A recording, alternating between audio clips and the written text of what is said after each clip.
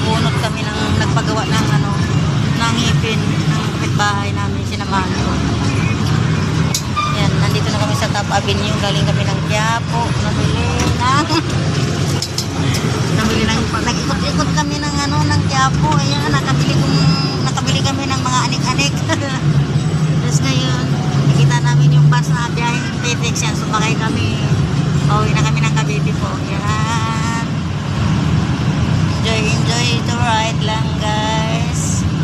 Ayan, kasi nag-inquire lang po ako kung magkano yung pagawa ng justice. 6,000 pala ang ano, guys.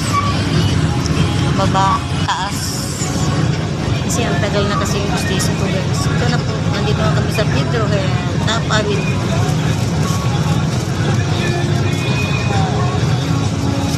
Silbi ng LRT. Pwede rin pala tayo mag-LRT, eh. Kaso nakasakay na tayo. Pitix. Oh, may bago na.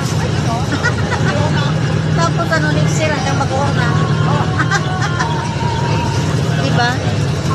Isaglit na lang tayo kung... Ha?